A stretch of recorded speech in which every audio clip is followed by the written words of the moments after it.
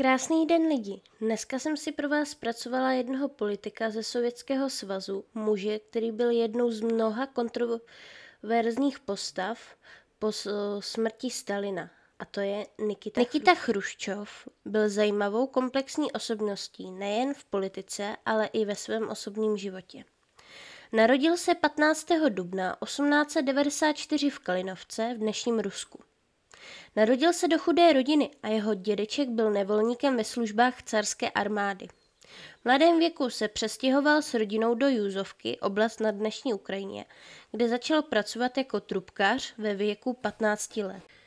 Nikita Chruščov, muž s neobyčejnou osobností a vůdce Sovětského svazu během klíčového desetiletí studené války, byl postavou, která v mnoha ohledech definovala éru. Jeho politická kariéra začala v době, kdy Sovětský svaz řídili muži jako Stalin, ale Chruščov se odvážil udělat něco, co nikdo předtím. Spustil proces takzvané destalinizace, který měl dalekosáhlé důsledky po celém komunistickém světě.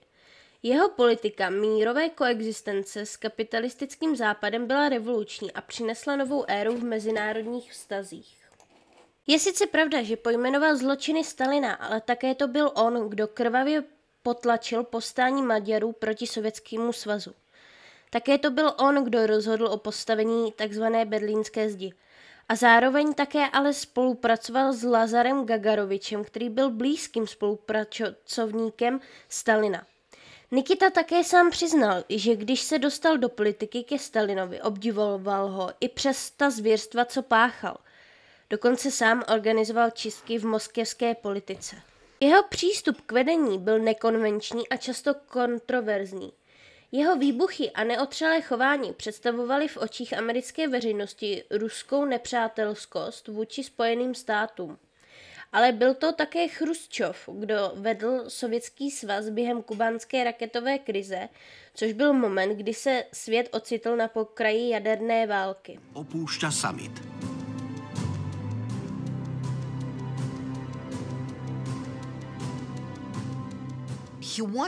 Povedal im, a vy ste kto, že sa ma vypytujete?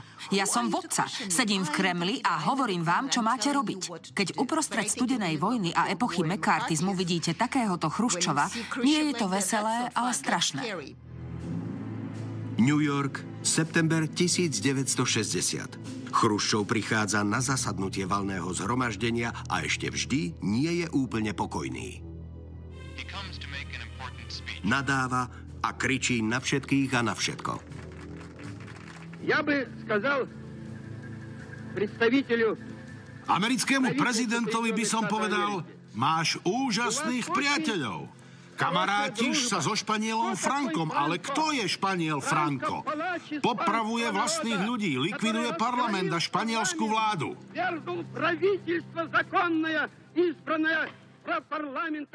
Zemřel 11. září 1971 v Moskvě. Stranou od lidí bez státního pohřbu a o jeho smrti se zmínily jen jedny noviny s článkem, který měl v podstatě jen jednu větu. Chruščovova éra byla plná paradoxů, od jeho snahy o reformu a liberalizaci až po jeho tvrdý postoj v mezinárodní politice. Jeho odkaz je složitý, ale jedno je jisté. Přes své kladné vlastnosti byl neustále tvrdým vůdce totalitního státu. Mu necháva dačo pri meste. Pokúšal sa súčasnú politiku nekomentovať, lebo vedel, že KGB má prsty všade. Nikita Chruščov, kedysi jeden z najmocnejších mužov sveta, je umlčaný. Viete, že váš príbuzný bol veľmi významný, no žijete vo svete, v ktorom neexistuje.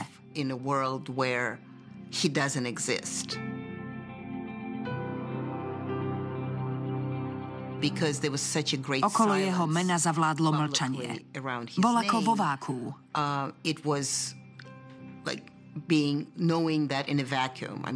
Doma to viete. Ale keď vyjdete, mlčíte. Nehovorí sa o tom. Aj mne povedali, aby som čušala.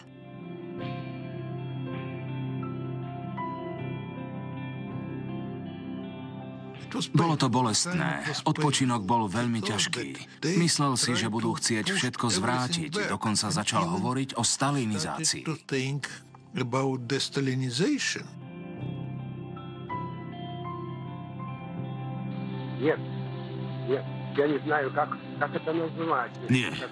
Nie, neviem, ako nazvať ľudí, ktorí stoja na strane toho, kto vraždil vlastný ľud.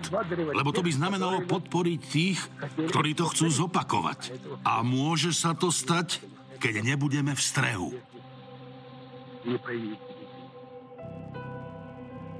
Novým kremelským vodcom sa stal Chruščovov žiak Leonid Brežnev. Skutočnosť, že odovzdanie moci prebehlo pokojne, je bezosporu výsledkom Chruščovovej politiky. Vravel, že to najväčšie, čo v živote dosiahol, je to, že skončil po obyčajnom hlasovaní.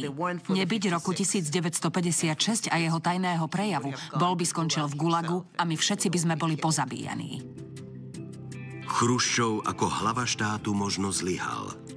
No už to, že ukončil éru masového vraždenia, z neho robí veľkého vodcu.